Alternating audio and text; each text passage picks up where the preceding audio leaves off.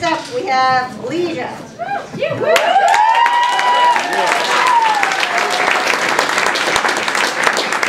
we're talking is Maps to Nowhere, Drama Therapy, and Post-Traumatic Stress Disorder. Uplifting!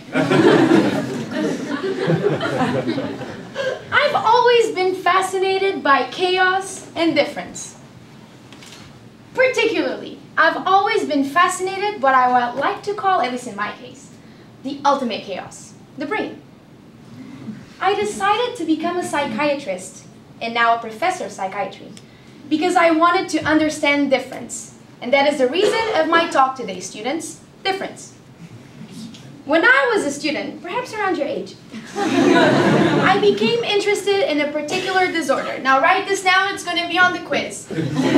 PTSD. It stands for Post-Traumatic Stress Disorder.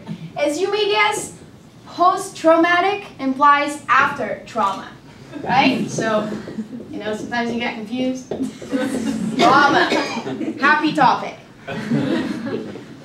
So PTSD is a chronic disorder. It means that there's no cure for this disorder. And patients with PTSD experience things like flashbacks. So this is way more than just remembering an event. This is reliving the event as if you were back in the context. So we don't know, although we're nerdy scientists, we do a lot of things, but we don't know why. But we think that there's something called vulnerability factors. So maybe there are things in your body that could explain why some people develop PTSD and others don't. I was fascinated by this disorder because the same event could affect two people so differently. One, like maybe most of you, learning from the experience, crying, growing from it, being resilient. But another group of people being susceptible to it, unable to recover, destroyed. So in this category, you would find things like hereditability. Maybe it's passed on from your parents to you. There's something in your genes. Or there are studies that suggest that maybe it's the case that you have low self-esteem or low IQ prior to the traumatic event. And then you have trauma. Think of learning. Maybe it is the case that trauma is just a really strong learning of a fearful memory. And this is what we call an association between a conditioned stimulus and an unconditioned stimulus. Think about it this way. Imagine I was raped in a parking lot. The parking lot itself, it's harmless. It's where you park your car. But you begin to associate the parking lot with a traumatic experience. This means that the next time you go to a parking lot, whatever parking lot it was, you have a cue that will remind you of the threatening event of your conditioned stimulus. And then you re-experience trauma. And these could be flashbacks or nightmares. So what do we have here? We have a generalization. Now all the cues become your conditioned stimulus. And we also have sensitization. The idea that over time, you won't forget about it. The more you're exposed to the cues, the more you relive it. What we want to do, although there's no cure, we try to find the best form of treatment.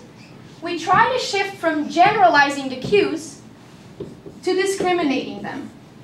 Trying to work with the patient so that he or she knows that parking lot A is different than parking lot B. That takes a lot of work and is sometimes unsuccessful.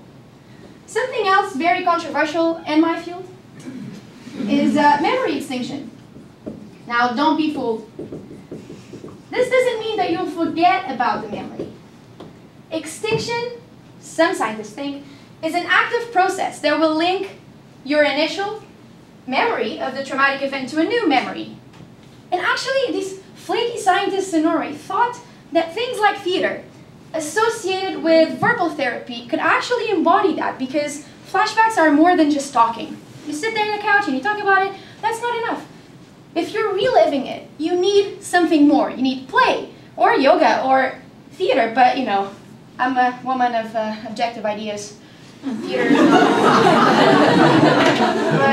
But write this down. It will be tomorrow in a quiz. So have a good break. Thank you.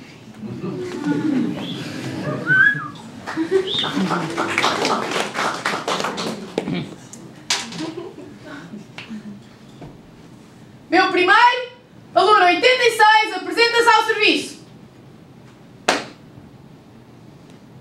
I joined the army because I wanted to serve my country. Direito de voo. Ver? À vontade. When I was sent away, I saw what no young adult should have seen. Torture. Blood. When I was sent away, I saw and felt what no young woman should have felt. Physical violence, exhaustion, rape.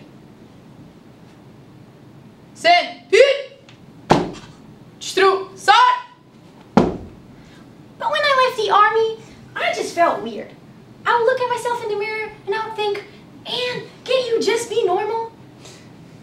I began avoiding every single context that reminded me of my previous context. Backpacks, uniforms, cars, mud, men. I remember being asked if I was suicidal. Sure, I mean, you and me too. I thought it was natural. I had nightmares a lot, I was sad a lot, I was angry a lot. But I thought that was normal. And I know this is a little depressing, but there's this funny story. So I was in the kitchen cooking, and I started hearing this pounding, heavy sound, and I think I kind of blacked out. But I walked up, and I keep walking up, and I keep hearing it. It gets heavier and heavier, and next thing I know, I'm just so enraged, and my hands are up my roommate's throat, and I squeeze so tightly. I want her, or him, sir, to die. Well, she moved out after a while, but I think she was just trying to kill a fly. That was dumb. I often use an analogy to describe my condition. I'm a traveler. I time travel from the army to my kitchen in a matter of seconds. I travel from me to not being me, so fast. But mostly, I travel nowhere.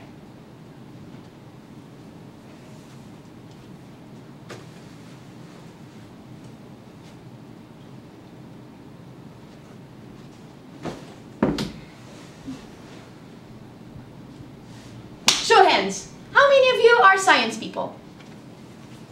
Come on, tell me the truth. Right. See, that was my problem. I was just arty. I thought. So I go up to my father and I say, Dad, I want to do theater. And he pauses for a bit, looks at me very seriously. He says, do you want to be unemployed? I thought, no, man. So I kept wondering, and you know when you're good at something, skiing, mountain biking, solving a math problem, that was theater for me. I was in it. I wanted to do, to be, to act differently. And I knew it wasn't that useless. I mean, imagine this. It's a little world inside your world. See, in music, you have a medium. In visual art, you have a medium. But theater, I mean, it lets you know that Harrison Ford is Indiana Jones. How do you do that? So I thought maybe I can use this for something good. I don't want to be unemployed. So I sit down and I start talking to my best friend. She's a psychiatrist. She was telling me about her research. She studies PTSD. So she was telling me about memory extinction.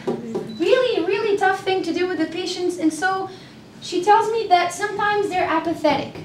They don't want to be with people. And I thought, well, before I wanted to do theater, I didn't want to be with people, and that gave me a sense of belonging. And then she said they have flashbacks. They go back to the army, to the war, to the accident, and I thought, well, maybe this has something to do with memory, with emotion, with working with your body, with your voice, empowering. And so I left that conversation, and almost like that, randomly, I began working with women. And I designed a program that was focused on the fact that some of these women had experienced trauma and abuse. I didn't want these women to be professional actresses. I used something known as theater of the oppressed, a set of techniques that help women work through their own skills, work through their own stories. I saw theater as a rehearsal for life. I wanted them to critically think about their issues. Not some flaky shamanism stuff that we do in drama therapy, but something more. I wanted them to look at themselves, to see theater as the art of looking at themselves. My goal, like I said, was never to create a professional theater company. But the idea of memory extinction was very intriguing for me. Imagine a road. Something bad happens, and you think of it, you have a B response, from A to B. This is your emotional response. I wanted theater to create something positive for these women. I wanted them to think C, so that over time they would be more and more aware of their situation, less and less emotionally attached. I thought theater could do that. And maybe you ask, well, is there any data? Is there any data? Yeah, no. so I thought, what is this? No, nothing, no paper. So as I worked on the first quantitative study for theater and PTSD, I called my father and I said, I'm employed. And you see, people in theater, and some people you may know, need a guide. They need itineraries, they need a schedule, they need to know how to go from A to B. At first I thought I was weird, but then working through these situations with theater and mental illness, I thought, I need to give these people, these women, these situations a different type of tool, a different type of map.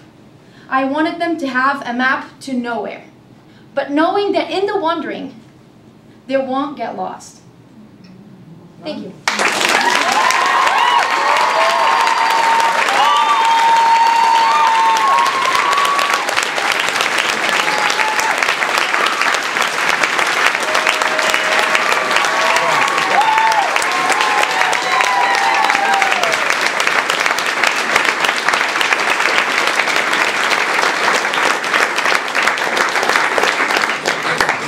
2 minutes for questions.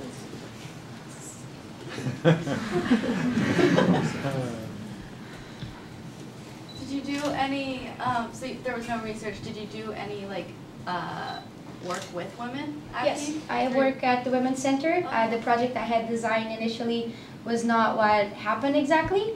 There are always a lot of limitations to the work you do, and it's a drop-in session, so it wasn't the group. My idea was working in a hospital and all these people and all these problems, like, oh yeah, cool.